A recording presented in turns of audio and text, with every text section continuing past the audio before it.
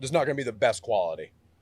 It's actually pretty good. Oh, is it? Yeah, but this is just that much better in contending with nature. And... Yeah, is that more like a shotgun mic then up there? Exactly. Okay, yeah.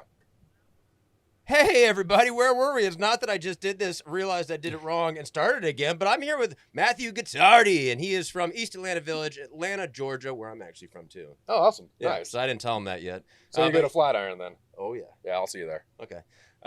So he is my neighbor 2 doors down. We're on the Isle of Triumph, day 2, Barber Vintage Fest, having a great time.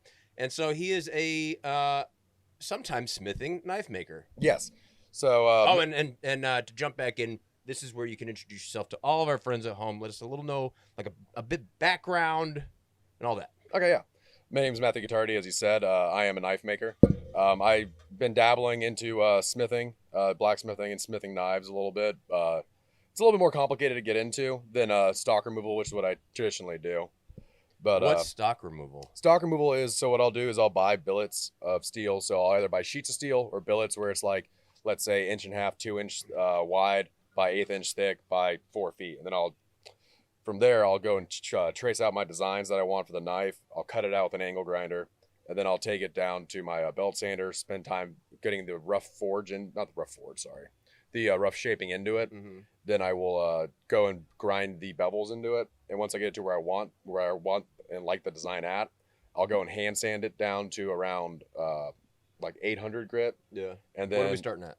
Starting at, because I take it on the belt sander to around 400 grit. Yeah. And then I'll jump to 400 grit to get the parallel lines or something. Yeah, parallel instead of horizontal lines on there to make it look like a better finish. And I'll take it up to 800 grit before I quench it and heat treat it. So that way, after the quench and heat treat, I don't have to spend more time actually going through getting the finish I want and getting the scale off of it. The heat treat, that's like the tempering of? So that is the quenching and the tempering. Quenching and tempering. Yeah. And I do all that in my backyard. Sick. Yeah. In EAV. Yeah. You missed the strut. I was at the strut. Were you? Yeah, I was at the strut. I missed the strut. I was set up. Shout out to my boy. I was set up at Black Habit Records. My boy Ben Patterson owns that record store. You guys should check it out if you're ever in the area. Is that the one? So I'm coming down. I was always at the EAV gym right there because I was taking Justin's Muay Thai class. So the EAV gym that used to be that ended up becoming Virgil's. It's got the giant garage door. Or EAV gym that's down over near the intersection, like further towards Moreland. Right. Okay, so if you're at the Flatiron, closer towards Flatiron. Yeah. So if you're at if you're standing in front of Flatiron and you're looking at the door where the door is right here on that corner. Yeah. If you walk around the right side, and I believe that's Flat Shoals, and walk down Flat Shoals, yeah, it's gonna be on the left side down your toolbox. Oh, okay. Yeah, between Flatiron and Midway. Yes. And there's a little brewery right there. It used to be a brewery. It got shut down. Well, so some of my information's a little dated because I was living in Reynoldstown. Yeah. And so I was in and around all the time. I live south of the city now in, you can call it Fairburn, you can call it Fayetteville, you can call it South Fulton City, but it's College Park. Yeah. That's where I'm at, but I loved it over there. I love that area. Oh, I love it. I mean, so I was just out in Douglasville for the past 2 years. But my wife's a barber, and she was having. I work in film, so the drive didn't matter for me. I had to drive no matter what. What are we doing in film? What's your role? I'm a grip. Grip. Yeah, so We're a union guy. I am union. IATSE Teamster dude coming in. Yeah, IATSE 479. 479. Yep. I'm a grip. I best a lot, and then I've just recently started pushing dolly. However, I did also just join the millwright union. Ready? Yeah, I also just joined the millwright union. Okay, cool. And I got my first millwright job starting next Wednesday in North Carolina. Hey-o. Yeah. All right. So that's gonna be fun. 7 weeks of 7 days straight with 7 days a week for 7 weeks, 12-hour days, night shifts. It's gonna be some good money, but I'm gonna hate my life. There's a reality of doing union work. I'm new to the union by a few years, the SAG union. Okay. So I'm a stunt man. Nice. Yeah, I'm an actor, performer, and stunts has been my business here in Atlanta, Georgia. Before that, I was 12 years in Los Angeles. Okay. And I moved to Atlanta because of the opportunity to join SAG and participate in that sense because I was tired of chasing invoices. I wanted that insurance. Yeah. I wanted pension. Insurance is a lot. And union takes care of you when when it's done right. Yeah, that's a big thing when it's done right. When it's done right. But neither here nor there. But that's super cool. And so the knife making has just kind of come alongside, and it's Yeah, Always so in the background there. it's always been in the background. Yeah. So the best way from so I come from a military family. Moved around a lot. When I turned 18, I was going to join the army, but instead of joining the army, my dad was former military and he got a job as a civilian over in Germany. So he asked me, like, do you still want to join the army or do you want to come with me to Germany? Because I could still be under his orders. And I said, fuck it, I'm going to Germany. Yeah. So I went over there. I was over there for 8 years. The last 2 years I was there, I was in between jobs because I had broken my arm and I had a decent amount of money saved up. So I was studying knife making for 5 years before I started making knives Is because I this loved it. apprenticeship? Is this online? It's all online, mainly Okay. self-taught. Yeah. Another shout out to the guy who I learned almost all my stuff from. He's an amazing teacher online. He did all of his stuff's on YouTube. Is Walter Sorrells, master bladesmith, I believe, and he is his Bladesmith, work there's is a word. he is a true smith. He does a lot of stock removal, but he also does a lot of forging. His particular style is classic Japanese. Okay. Yeah, but I learned all my knife making stuff mainly from watching his videos on YouTube. So I was watching him, watching other guys, reading books, and one day I was like, "Fuck it, I'm gonna buy all this stuff," and I bought it, started making it. Whacking metal in the backyard. Yeah, basically. Yeah. And made some knives. I did that for about 2 years, and then when I moved back from Germany, Where were you living in Germany? at that point in time I was in Wiesbaden, but I also lived in Heidelberg and Garmisch-Partenkirchen. Okay. Yeah, but when I moved back, I sold all my stuff, and when I moved back, I had fallen into some hard times because that's life. So I wasn't able to buy up stuff again. But 4 years ago, I was able to buy up tools again and start making knives again. And I've been doing it since. And then, are you selling knives at that vinyl shop, or where are you? I am going to be having some knives in Black Habit Records. My other buddy who owns a comic book store there too, a little bit further down the street. Yeah. That's across East from the Atlanta mechanic shop. No, it's gonna be. The comic book shop is right next to Java Lords. Okay. Is that Java Lords right there? I think so. so. Yeah. So it's right next to the Java Lords, and his store is called East Atlanta Comics, and Zach Truckman is one of the owners of that shop, and I'm going to be having some knives there for sale as well. Cool. Yeah, I'm going to split them up between there because I want to give love to both of my friends. Sure. Well, and then to find yourself here at I Love Triumph, what was your introduction? Because, like, I mean, you look like a motorcycle guy. I am a huge motorcycle guy. Yeah. Yes. Yeah. And so, how did you find your way here? So I was doing a pop-up with my buddy Jay Soul of Southern Oak Trading. You should guys check him out on Instagram. I know this man. He's a great man. I He's going to be here tomorrow. I know his wife. Oh, you know Stacy? She's from, and I would say just online because she's from where I'm from. Oh, nice. And so we Panama City, right? south, South. yeah. But Florida, Yeah. But we've kept up over the years, so if they're out here, can't wait to meet them. Yeah. Well, Jay's going to be out tomorrow. Stacy, I don't know if she's coming. jewelry and Yeah, he does all the rings. I got this little spider ring right there he made. The rest I have are all from them, but they're all vintage. All of these are vintage. This is vintage Mexican biker ring that I got from them. Very happy about that one. Very solid piece. But usually I come fitted and kitted with all my gear, but I'm just low profile this time. no, yeah, you got to keep your low profile sometimes. But yeah, so where was I? What was I saying? We were talking about what brought you to this event. Oh yeah, so I was doing a pop up with them, Southern Oak Trading, at Forward Warrior over near Astoria in Atlanta. Mm-hmm. And this is the first time that me and Jay had ever met Eric, and he walked up and he invited us to come set up. He's like, "Look, I'm looking for some very bespoke stuff for the Triumph area." He's like, "Were you guys be interested?" Instantly, I was like, "Yes, I would love that." Once I heard there's gonna be like racing, swap meet, and all that stuff, I was like, "I'm there." Yeah, this is And your I'm first here. time at Barber. Not first time at Barber. I've been to the museum several times. My wife introduced me to it when I was doing a film out here in Birmingham called Bad Man. Just came out. You should check that out. Awesome. It's got 100% on Rotten Tomatoes. Yo. Yeah, Sean William Scott's the lead. Great movie. I was best boy on that. Hey, nice. Great movie. But yeah, I came through the museum. I'd never heard of it, and I fell in love. Was it 4 floors, 5 floors of just nothing but vintage motorcycles? It's the amazing. largest collection out there. Yeah, largest in the world.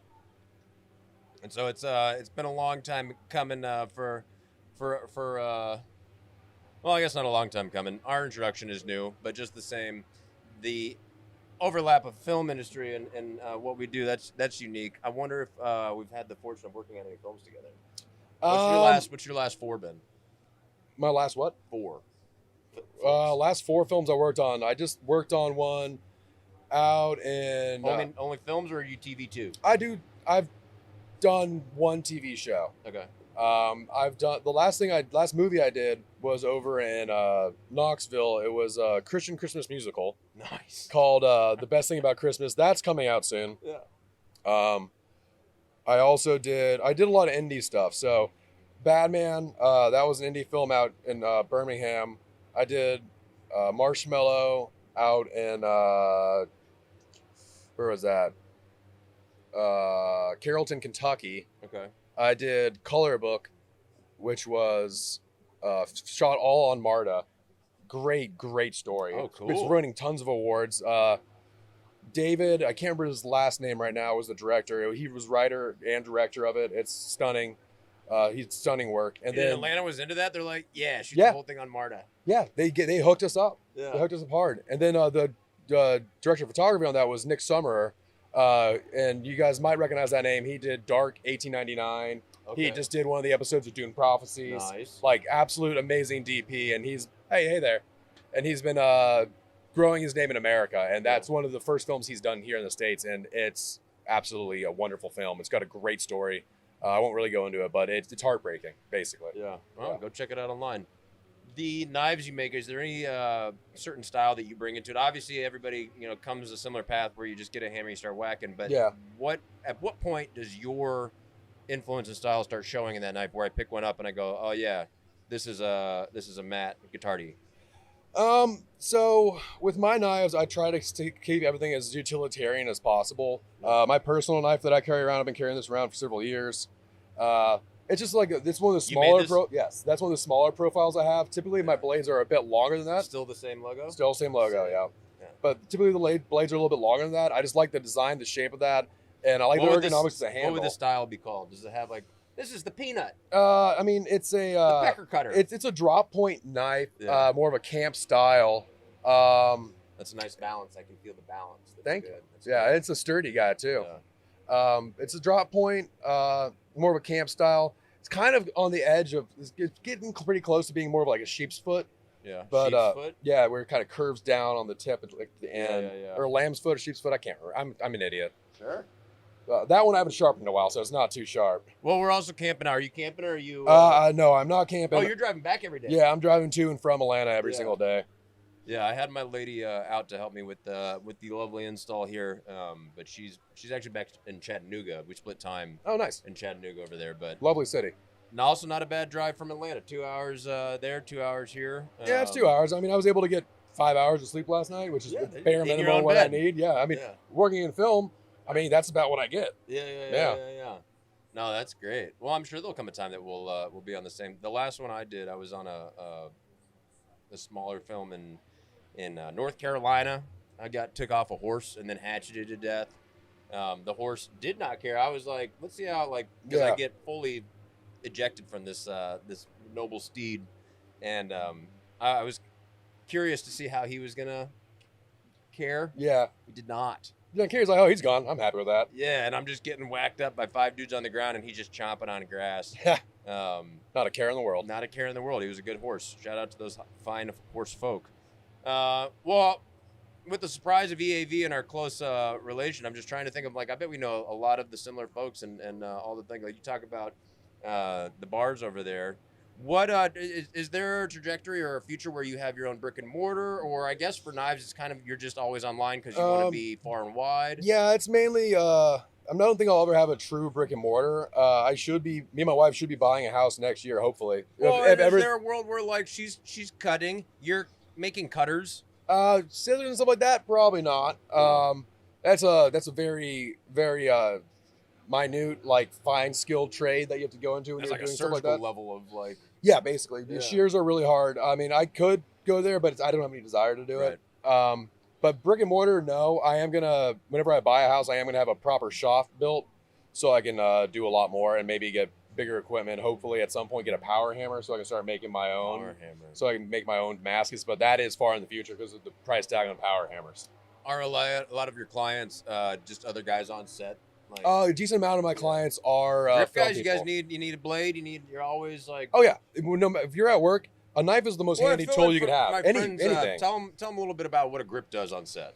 So grips work very closely with the electrical and camera department. A lot of people like to say that if grips weren't around, films wouldn't work because a lot of other departments in the industry rely on us and our tools and our equipment to be able to get stuff done. Yeah. But what our main purpose is if an electrician needs to put a light somewhere in the sky, we figure out, if we're indoors, we figure out a way to mount it up there without being invasive. Right. So we'll go through and we'll set up something that's solid and safe and have the light set up. And then we'll also do, you've seen those green screens on those big frames that are being picked up by condors and cranes and stuff. We build those. Right. Camera department, if you see a camera on a hood of a car, we build the rig that goes on there. We're really all like utilitarian blue collar workers of the film industry. That's what a lot of people don't realize when we go into strikes and when we talk about, films being moved for overseas and things like that. They think, oh yeah, we got to get all these Hollywood elites out of Atlanta. It's like, these are blue collar jobs, majority on set. Like, there's a very small. The actors We're are very turning wrenches. small. Yeah. I will say this: with all the strikes that happened, I know plenty of people who have lost their homes. I know people who have been evicted. I know people who had to change careers only. One of the key grips who I work with a lot. He's done this since he was 18. Yeah. He doesn't know how to do anything else. Yeah. Like, it's his entire life. It's tough to reformulate your brain this late in the career where you go, you mean I gotta, okay, and I guess I could do, Yeah, no, exactly. And when you get into gripping, he's got like 13 to 15 years experience. I can't remember exactly.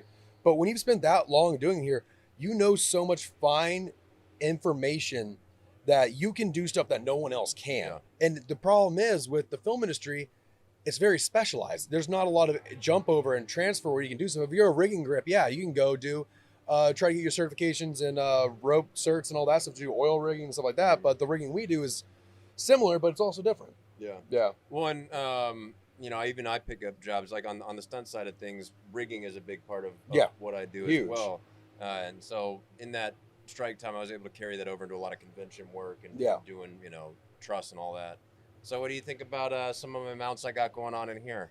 I like them. Pretty Yeah. simple. Simple, right? And that's what I was going for, was the least invasive while not buying new stuff. Yeah, no, I mean these are great, and then you don't have like large format, like not large format, but like really big bodied cameras. Yeah. So this is exactly what you need. Yeah, because I like to avoid all the tripods. Like, a lot of people are just like, oh, just throw some tripods. And then I'm like, how is that going to work in here? Yeah, no, Every I mean, inch matters in here. Yeah, you can't. I mean, you can get like a baby C-stand or a low boy combo in here, maybe, Yeah, but then like maybe. getting in and out is gonna be a bitch. It's going to be a bitch. Yeah. With the conversations had in your world on the grip side of things, what is your future projection for film work in Atlanta? What's the future look like? I At think the water cooler. I think it's gonna go to a lot smaller budget, a lot more indie filmmaking. The way that everything's going in Hollywood, pushing stuff out of the city. There's always gonna be some stuff that comes through here, but I think we're gonna see a resurgence in indie films, and a lot more like passion projects coming out than this higher budget. Like, let's throw all this money at this film and get it made. Yeah. I think that's where it's gonna go. And for me as a worker of it, it sucks. But me as a lover of cinema, I think it's gonna be pretty good. Because Yeah. I believe that we did truly have a death of cinema for a long time with a lot of the stuff that's coming out. It was all aesthetically pleasing, but it just wasn't there artistically, in my opinion. I'm curious. I agree. I think that's a fair assessment. However, do you think you're able to have that claim because you are still relatively new in the business of, whereas somebody that's been in it for 20 years, they do not want it to change and they do not see the. Oh, I don't want it to change. Yeah. For me as a grip, as a worker, I don't want it to change. I want that money. I want to be able to Yeah, support my family. I want to be able to have a living. But as a lover of art, I've always loved, like, all the best films out there are all low budget, non-union films. They're amazing and stunning. There are some productions out there that are non-union that do take care of their people. I want to say that there are some. It is hard to find. I will say that, because a lot of these people, they're only in for a profit, and they're not there for the passion project. The director, the writer, they'll be there. They want it this way. But a lot of the people in charge, they just want to turn a profit and they don't care about anything else. Yeah. That's some of my frustration in conversation is with AI and a lot of this stuff. It's just a harsh reality. They just released a statement yesterday about the synthetic, actor. Yeah, I saw that. AI. I believe it's bullshit. And so it's just a reality, though, when it comes to budgets and money and this, that, and the other. Like, on the stunt side of things, if producers and Hollywood can do it cheaper, they'll do it. safer, they will. And it'll just be, there's always going to be desire for real in all things, but it'll just be curious what the future looks like. Yeah. What is your opinion, or have you delved into the vertical world? I did. Because you hear about these productions. Yeah. So here's the thing. Here we go. I keyed one day on a vertical zombie horror romance whatever. I did not know this going in. It was a vertical. It was shot at Electric Thunderdome, and it was a straight to China app. Mm-hmm. Do you remember which the production company was? I do not remember the production company name. I did one day. It was a set rate for 12 hours. Yeah. Chick came up afterwards when it was getting close to 12, and she was like, "Hey, we're gonna go past 12. Are you okay with that?" I'm like, "Okay, we're getting overtime, right?" She said, "No." I was like, "Then I'm walking." And here, let's get this shit. So everyone else was behind me, like, "Yeah, no, we're not gonna do it." All the leads were like, "No." So we were leaving, and this executive producer, was going around to the people who own the studio. Was like, "Hey, can you operate a camera? Hey, can you put up lights?" The gaffer found out about that, and it was all his gear. He went up and yelled at her, like, "No one touches my fucking gear except for my people." She was trying to get the stunt guys to run camera, stunt guys to do all this stuff. This is just unheard of. Like, what the fuck are you thinking? Yeah. That like pissed me off beyond belief. And after that, I was like, I'm not coming back. I'm not doing it. It is the Wild West for verticals right now, and if I understand the timing of things, there's going to be a lot more. Yeah, there's going to be a lot more. The faster that SAG and unions can start having conversation, and it's just going to be a really curious conversation that I am not a part of, to find out where they land as far as getting proper rates, proper procedures. Because from the horror stories I hear, the audience that's receiving these is seeing these, really short form clips. Yeah. They're used to doing whatever, where the production value is negligible to them. Yeah. And equally, the story is the super farmed kind of soap opera-y, Exactly. whatever. And soap operas sell. And so it hooks for them. And so they've been hiring like college kids straight out of college that are like, "I'd love to be a director of a, and they're making back quickly with the apps they offer. Yeah, I know $100 million. Electric and Grip thirds. And some of them, when I say third, I mean, I use that term loosely. They're like really new to the industry. And they were keying and directing and DPing and gaffing these.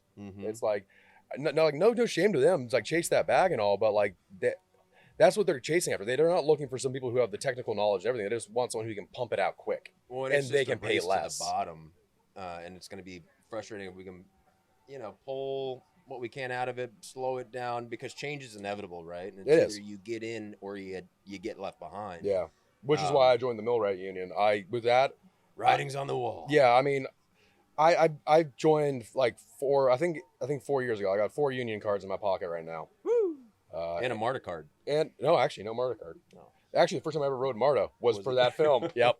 But so with that, I'm joining the millwrights because it's a placement union. They call you for your work, and it's really great pay. They train you up. I'm in a first year apprentice. I'm going to be apprenticing for 4 years. Then I get journeyman, if I make it, which I'm pretty sure I will. Right. But it's a placement union, and they take care of their people, and that's what I like to see. Whereas 479, I feel like they let me down, and they let everyone down. I feel like they let us down heavily. I don't want to get too political with the 479 and our actual union, but I'm not a fan, is the best way to put it. I don't want to try to stir up more controversy than there already is. Really? I think they dropped the ball, and they could have done a hell of a lot better. Is that something that a wrong that can be righted, a course correction, or is it like, oh no, I joined another union because it is time to join another union? It could definitely be corrected. It can definitely be there, and there are people making processes to do it. And I was completely there to help try to make that change come about. But with me, it's like I can't do it. I need income. And I love working film, but if I don't have a steady income, I can't just rely off my wife's money, with her job, right. her career. I mean, can I do it? Yes. Do I like doing it? No, I don't. Right. Yeah. No, it's a tough position to have to choose, passion over pay, but that's just a reality of life, I suppose. It is. I mean, and then the millwrights is industrial mechanics. I've always loved that stuff. I'm tearing up. The place I'm going to go work is either natural gas power plant or a coal power plant, and we're gonna be, I think, ripping apart the turbines and repairing the turbines. There you go. So that's interesting as fuck, dude. Yeah. Oh, I love that. Yeah. It's gonna be a lot of fun. I got to work with big tools and big machines. Hey. Yeah. What more does a little kid want? I don't know, man. That sounds pretty tight. Yeah, and I get paid for it. Shit, I do that for Boy, fun. That's something you can take into the future and literally bank on. Yeah. With film, it can sometimes be feast or famine. And Oh, so that's definitely the truth. creating budgets and goals is difficult as such, because all of a sudden you're like, oh, we're out of money. I can't afford that. Yeah. That thing. But Yeah. Then they'll instantly somehow find money somehow. yeah. It's weird how it works. Weird how it works. Well, all that to say, I look forward to hopefully the opportunity of working together at some point in the future. Yeah, definitely. I'm still working film. It's just the millwright jobs are taking priority. I've talked to the millwrights and all that. Like, there's no direct interference or competition, so there's no issue. But yeah, slow season for the millwrights is summer. Historically, the busy season for films is summer. So during the summers, I'll probably be back to working film. I know I'll be last hire across the board for film, and I've got no problem with that. If it picks back up, which some people are saying, which I don't personally think it will, I'm available, guys. Hey, Yeah. call him.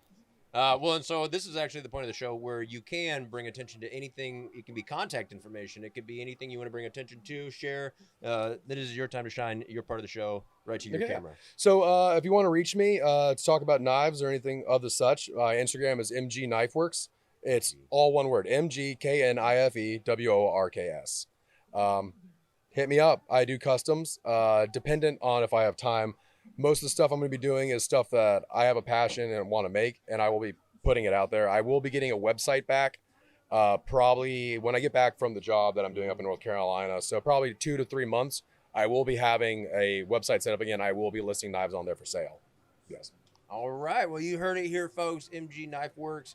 And then until our next encounter, hopefully in Hollywood, like the theoretical Hollywood. Yeah, theoretical. Yeah. Yeah. All right. Thank you very much. Yeah. Thank you. Appreciate you. You have a good one, man. That's it. Back to work. Yeah, that went in so many different directions. No, we had a lot to talk about. We did. No, that's